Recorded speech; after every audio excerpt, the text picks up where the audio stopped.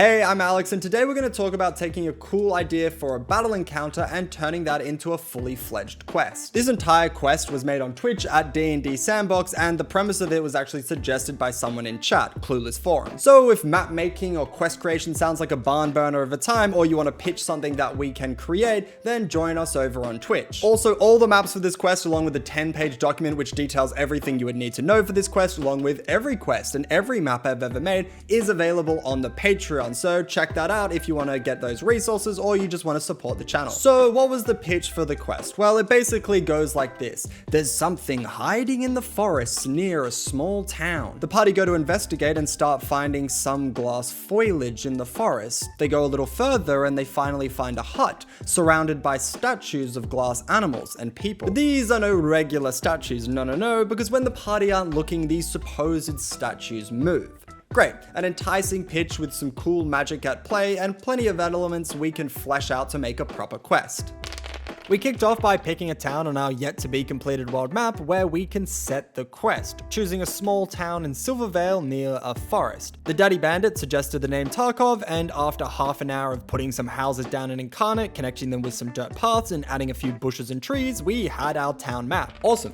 Okay, that's cool. I like that town. After completing Tarkov, I wrote down some questions that would help give us answers we needed to know in order to make the quest. I find asking myself questions about the quest, even if they're really basic, to be incredibly helpful. Firstly, it provides me with prompts for generating ideas, and secondly, it gives the quest creation process some structure, which can really help ensuring that all the various quest elements actually make sense when put together and that the quest is cohesive. The questions were as such. How did the party get the quest? Why do the townspeople go into the forest? Are they investigating the missing people, or have they been kidnapped? Is the person turning them into glass good or bad? Do they want to be cured, or are they malevolent and revel in their power? The answer to the last question spurred the quest's major branching, as we decided that we'd have the person turning people into glass desiring a cure. This led us to create Questline A, where the party go in, kill the glass wizard, come back, and get the reward.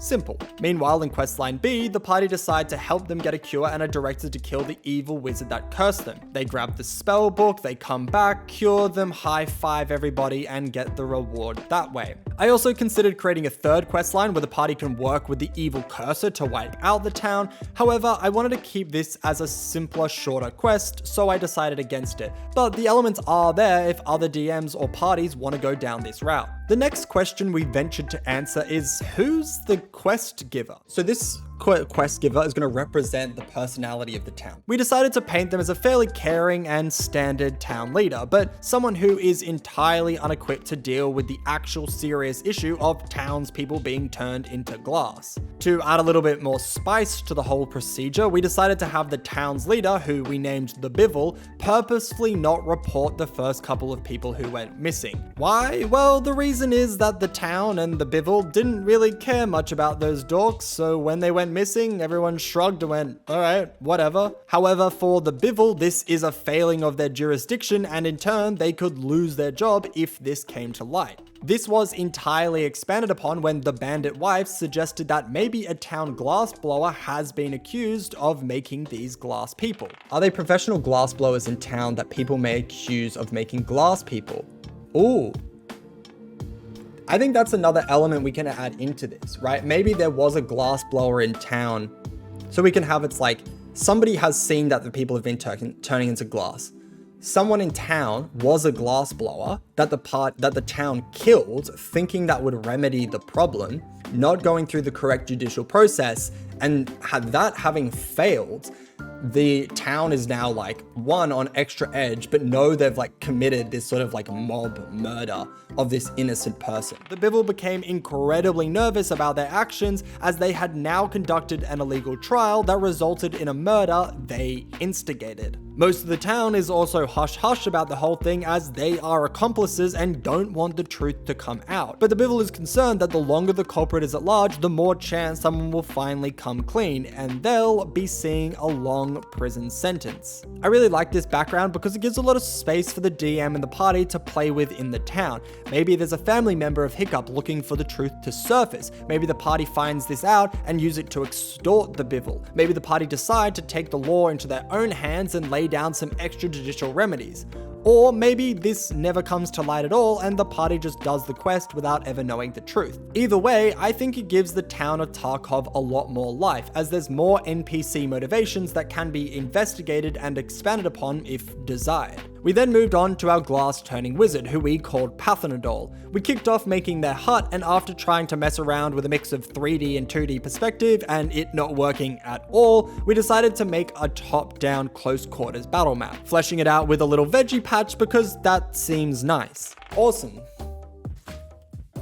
And we're done with you. 2 maps done. After the house was complete, we then went to work making Phathindal as an enemy in D&D Beyond. With this, we also decided that this would be a moderately tricky, but ultimately low consequence quest, probably best for parties around level 4 to 6. I decided to make Phathindal as a monster rather than a PC, as this makes them easier to share.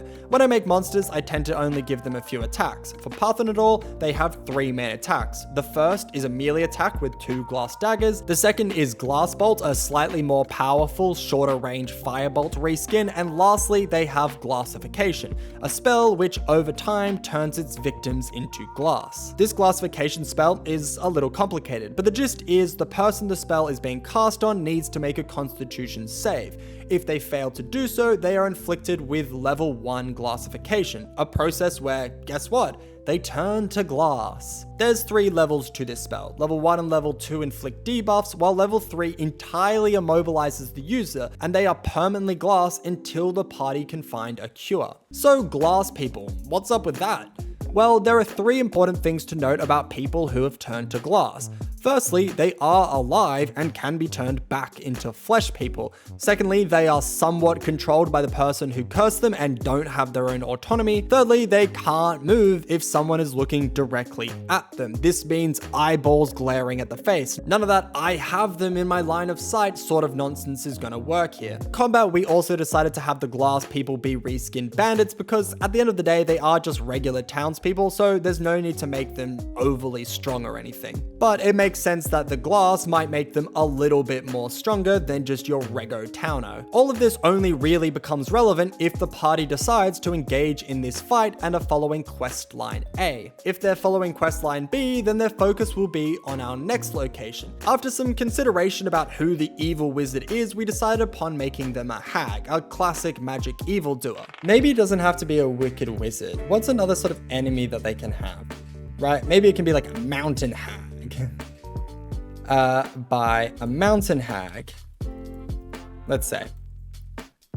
Just making things up, inventing ideas, doing it off the DOME. However, you could make this person whoever you want. We also put their hideout in the mountains north of Tarkov's in a clearing sort of area. To add to the encounter, we decided to give the hag a monster friend, choosing a banshee. The banshee not only works as a fearsome threat, but also as a scout, because when we created this map, I wanted it so the party could attempt to stealth in and steal the book, or just fight their way in. I decided to make this map in third person rather than top down, as the assets I wanted to use were available in that perspective, and I think it allowed us to represent the area better. On top of this, it made the battle map more textured for interesting fights and equipped it with some notable coverage for possible stealthing. When making this encounter as well, I wanted to make sure following this quest line was significantly harder than simply killing Phathindal, but with this difficulty spike, I wanted it to mean that the party was better rewarded. More than just this though, I wanted to make it so that this option would lead to a better outcome in the world,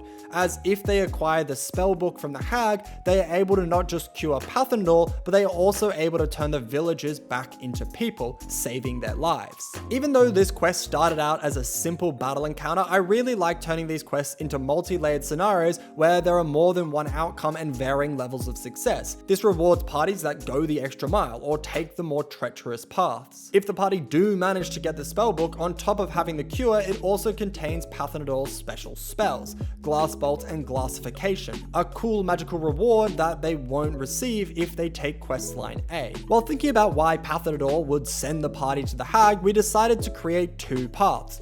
Phathindal as a good sympathetic character, and Phathindal, the trickster villain who intends to send the party to their doom. If Phathindal is good, then the quest goes as described. However, an evil Phathindal is setting the party up. This means they might give misinformation about the hag and the upcoming battle, or maybe they even warn the hag, letting them set up for an ambush on the party. I like this inclusion because the DM can decide the intentions of Phathindal and change the course of the quest correspondingly. From here we work to more or less wrap up the quest, but this doesn't mean we were done with adding a few more interesting wrinkles into the mix. When the party return to Tarkov, they can go to an alchemist in town who will make the deglassification potions perfectly, or they can try to make the curing potion to save the glass people themselves. High rolls succeed, low rolls lead to the process going wrong and people dying, or whatever. The more people they successfully save, the higher the quest reward. Pretty straightforward stuff. In regards to Phathindal, there are a couple options. Firstly, if Phathindal is evil, the party's return is a bad sight and they will try to escape, because a successful mission by the party means that they must be really strong and much stronger than Phathindal. You could also have them fight, or maybe they try to weasel their way out of it. There are options here. When it comes to curing Phathindal, depending on how well the potion is made will depend on Phathindal's response. A success means they go back to their hermit traveler lifestyle. A failure could lead them to attacking the party, or maybe even becoming a big glass monster, leading to an even harder battle. There are once again choices to be made. At this point, we had finished the quest and spent a little while going through, formatting the document, adding details to the various characters, the town, and such. And in a little under 4 hours, we had created a pretty in-depth, multi-layered quest, 3 maps, and a 2,000 word document detailing everything a possible DM would need to know to run this quest. Okay, great. I think that is everything for today. We have completed this quest. 2 thumbs up. If you're keen to run this quest, then the map and the full write-up is available on my Patreon. And if you want to jump in and help make quests just like this, then join us on Twitch at DnD Sandbox. Also, if you like this video and are keen to see more DM resource creation, then subscribe to the channel, and as always, I will see you in the next one. Bye!